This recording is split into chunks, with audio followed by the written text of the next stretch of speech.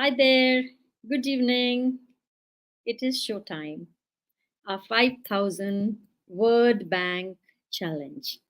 So here we are with our everyday mission to increase the vocabulary, to augment our English proficiency. I'm here to help all the dreamers who want to work, migrate, or study abroad. So for that, you need to qualify an English proficiency test. And the gateway could be through TOEFL, IELTS, Pearson, Duolingo, even GMAT, GRE, and you have to appear in CAT also.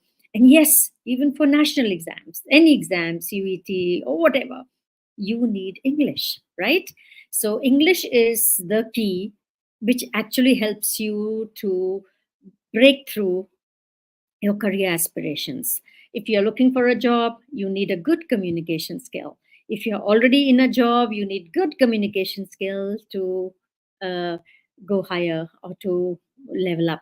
Even otherwise, in your relationships, in your families, wherever you are, you need good communication skill. And more so if it's in the language English. Your mother language, mother tongue, you're already familiar with, good at it. So why not augment it, add a feather to your cap by learning English, a second language? Yes, the more the languages you know, the merrier it is, the better it is, the more progressive it is.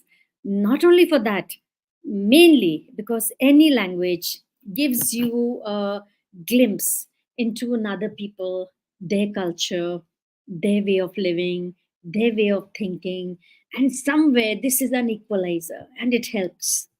Believe me, it helps. So if you start learning a new language, it could be anything. It could be English, it could be Italian, Portuguese, French. Even within the country, there are so many dialects. So when you start venturing into each language, a language is the greatest, let me say, a window to know a people, their culture, what happened, how they think, how they live, what they eat, what they do. Language is a very important source of knowing that. So let's hone up our language skill. I'm on my spree now of those collocations. Yesterday I did event planning with you. Today I have brought another planning for you. Today I brought a strategic planning and I brought project planning for you. So you will need this language. If you're in a corporate, you're working anyway, you're a professional, you'll need these terms. So get hold of these terms. I hope you're there with your notebook and a pen. And let's start without much ado. I'll take a quick revision of yesterday's class. Let me see how many words you recall. Okay, so I will begin with a recall, and I had done planning only yesterday. So now it was event planning yesterday. I'm going to read a narrative and mark those words. Okay, I will share the screen with you. Okay, it makes it easier for you. So just go through and recall how many words you're already familiar with. Did you try using them? See, language learning is incomplete without your practice. A horse may be taken to the water, but finally the water has to be drunk by the horse. I may help you any amount of time, any number of times with anything, unless you learn it, you practice it, you implement it with the accuracy that is required, it will not help. So just hearing out may not actually help unless you, with awareness, consciously use these words, whether you're speaking or writing, in whichever scenario you are as a student, professional, working, non-working, doesn't matter. Try and use them. So a recall of yesterday. See how many I've bolded. All these words are in bold, which were new for you perhaps yesterday. Even planning involves meticulous logistics to ensure that every detail is coordinated smoothly. Choosing the right venue is paramount as it must accommodate all attendees and align with the event's purpose. Creating a detailed itinerary, I had put a poll, a quiz for this, helps keep the event on track while requesting RSVPs, ensures an accurate head count. Now, the phrasal verbs which we picked up. I brought half of them today. Effective networking opportunities are vital for attendees to connect and exchange information. To ensure everything goes smoothly, you plan ahead, map out every detail. Before the event, set up the venue and draw up a contingency plan in case of unexpected issues. During the event, lay out the schedule clearly and go over it with your team to avoid any last minute surprises. So, how many could you recall? How many could you understand? I hope all of them. Now we begin our day, our work today. I'll just check the time by. So here we are. So, our focus today is going to be on contingency planning and project planning. And I'm sure you use these words every day, day after day. So, just see how you're using them and bring perfection to them. If you're not using, then add them to your vocabulary. Become familiar with them. Mitigation. I have used this time and again. The action of reducing the severity, seriousness, or painfulness of something. Synonyms would be alleviation, reduction, lessening. So, if you want to mitigate the pain of not scoring well in your IELTS exam, you might as well get started with your vocabulary drive. Next is risk management and analyzing potential risks. So, risk analysis is hazard evaluation. So, a thorough risk assessment helps identify vulnerabilities and prepares for the unexpected events. Vulnerability is a very good, handy word. So you want to identify your vulnerabilities, your weaknesses, your weak points. Then what you have to do, you have to analyze risk and take precautions or safeguard against it. Business continuity, meaning is the ability of an organization to maintain essential functions during and after a disaster. Now, see, it could be anything, a small thing, big thing, doesn't matter. But then, what is your ability? How far are you ready to tackle this so that there is business continuity even after any upswing or downswing? So, what do you call synonyms? You could get this: operational resilience and disaster recovery.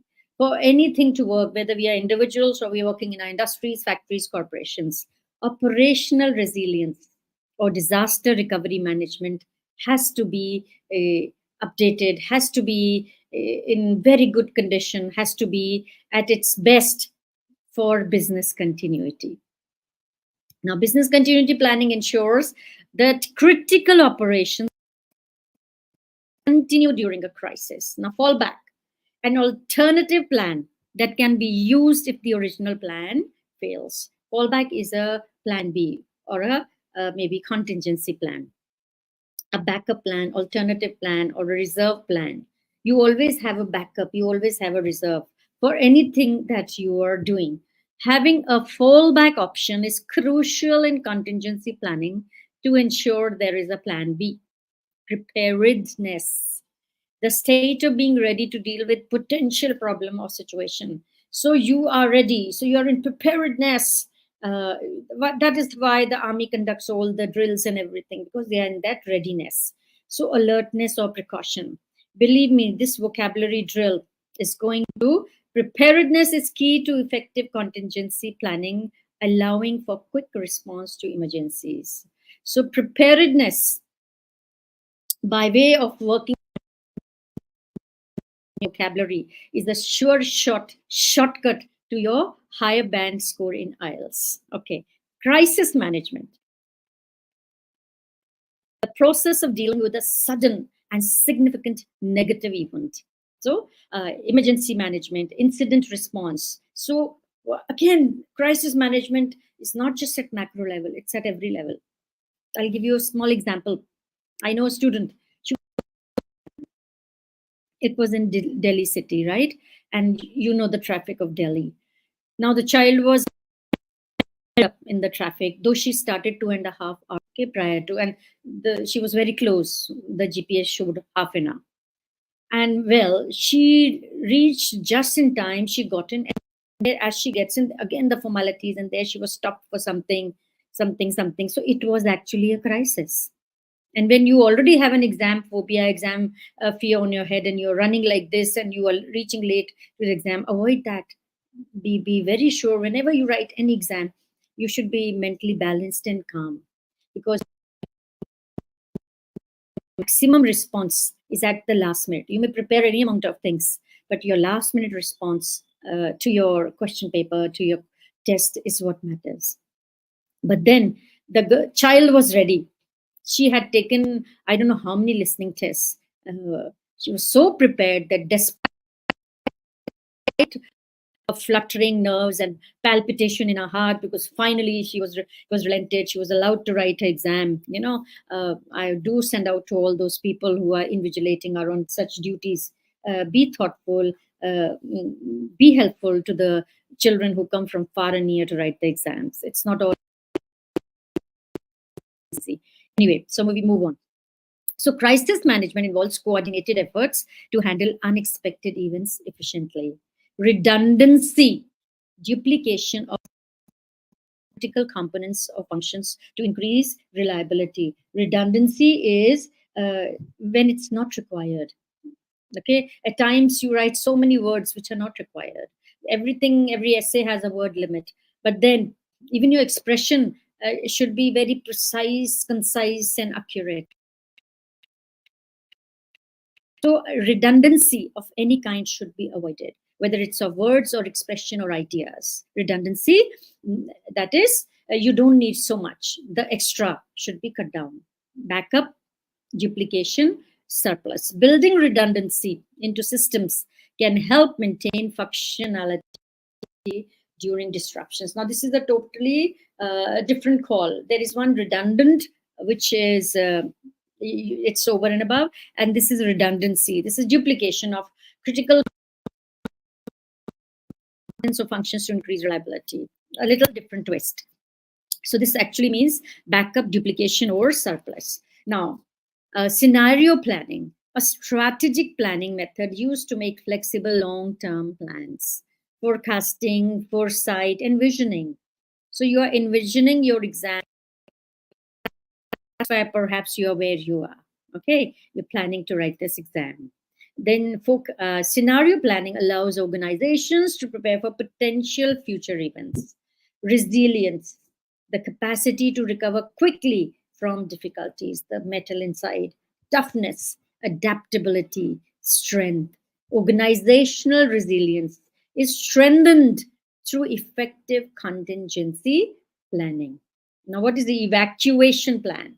While at school, the CBSE school, I remember we would conduct this drill of disaster management. So the evacuation plan is the strategy for safely moving people away from danger. So, or emergency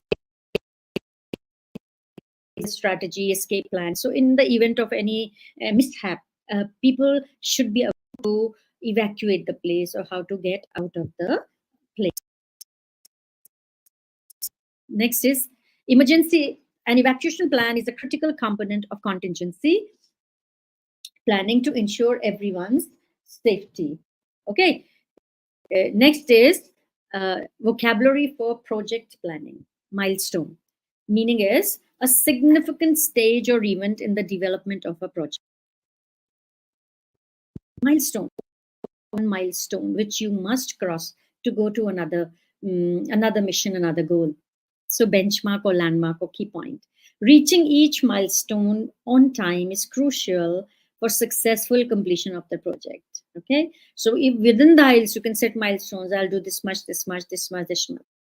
You're preparing, preparedness, you're getting ready.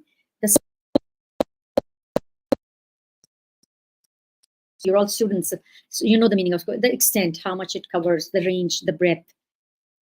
So defining the project scope helps to ensure all necessary tasks are identified and addressed. The scope of doing something. Timeline. Now, this is a common word, a graphical representation of a chronological sequence of events. Synonyms are schedule or time plan or plan. So you scheduleize. A detailed timeline keeps the project on track and ensures timely delivery of each phase. Deliverables, specific outcomes or products that must be completed and delivered by the end of the project. Uh, Outputs, results, products. So everything that you get as a result of doing something. So your deliverable would be your wonderful score at the end of the exam. So clearly defining the deliverables helps ensure that all project goals are met. Now, I would say if we include in deliverables, it's not just your exam, it's much more than perhaps your English language proficiency, which you get by default. You're more clarity about certain things. You find out what is this, what that. Stakeholder, a person, investor, participant, interested party.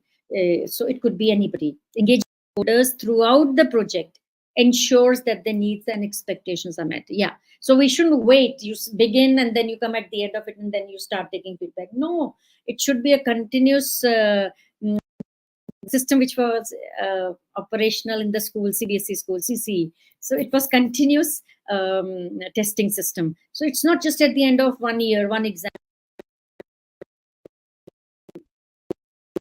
So we call that okay, stakeholder budget, resource allocation. Then next is resource allocation is resource distribution, resource management. Effective resource allocation ensures all tasks have the necessary tools.